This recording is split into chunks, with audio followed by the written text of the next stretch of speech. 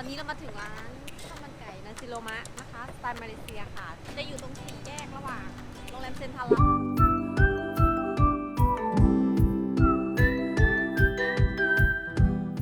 เป็นข้าวแบบเป็นข้าวมันใส่มะพร้าว เดี๋ยวเรามาลองชิมกันค่ะว่าอร่อยแล้วจะติดใจแค่ไหน ลุยเลยออเดอร์เลยนะคะ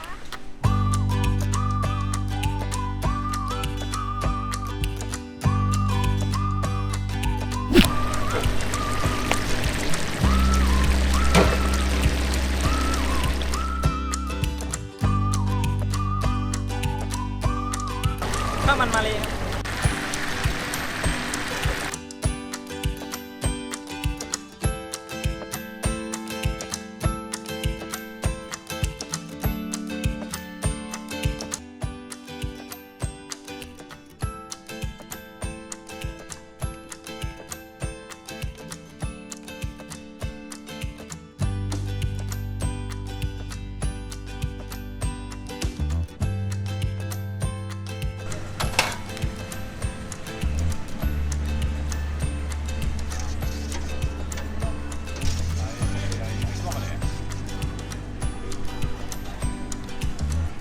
โอเค เมื่อกี้สั่ง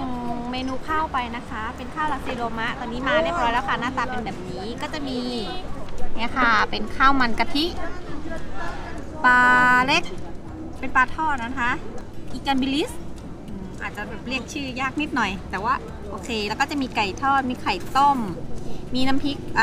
ซัมบัน ที่นี่เขาเรียกน้ำพริกซัมบันนะคะ แล้วก็มีแตงกวา เดี๋ยวเรามาลองชิมกันค่ะ ว่าอร่อยแค่ไหน เพราะว่าส่วนมากมาที่นี่ก็ต้องมาทานคาสิโนมะกันอยู่แล้ว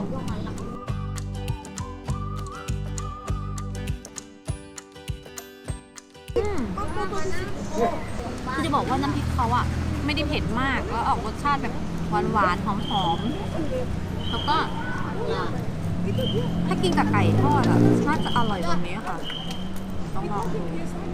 อันนี้ไก่ทอดแบบมาร้อนๆเลยนะคะเมื่อกี้เพิ่งขึ้นจากกระทะมาเลย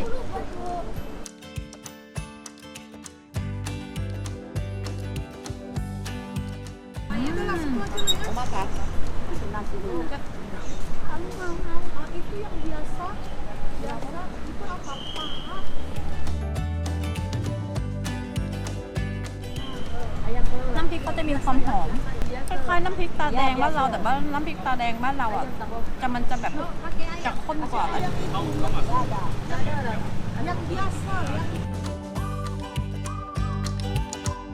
ไม่เผ็ดมากเกินไปด้วยค่ะน้องไก่เขาจะแบบกรอบนอกนุ่มใน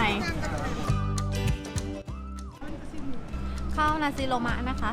ถ้าจานใหญ่เป็นน่องใหญ่นะคะ110 บาทแต่ถ้าเป็นแบบธรรมดาเป็นน่องเล็ก60 บาทค่ะที่นี่ค่ะเปิดตั้งแต่กี่โมงปิดกี่โมงคะเปิดตั้งแต่5 โมงเย็นถึงเที่ยงคืนค่ะซัมบันเลยเป็นน้ำพริกค่ะเป็นน้ำจิ้มของข้าวจิ้มโอเคแล้วก็อันนี้ปลาตัวเล็กหรือว่ามาเลยเขาเรียกกันดีแล้วก็มีไข่ต้มค่ะโอเคค่ะว่าร้านนี้อร่อยจริงค่ะถ้าแวะมาที่หาดใหญ่นะคะแวะมาเลยค่ะโซนนี้เลยค่ะร้านนี้เลยข้าวมันมาเลยโอเคค่ะตอนนี้ก็มาถึงตรงสี่แยกระหว่างโรงแรมรีเจนต์โรงแรมเซ็นทรัลแล้วก็ริการ์เด้นนะคะจะมีร้านอาหารอยู่ร้านนึงเป็นข้าวสไตล์ข้าวมันมาเลยค่ะ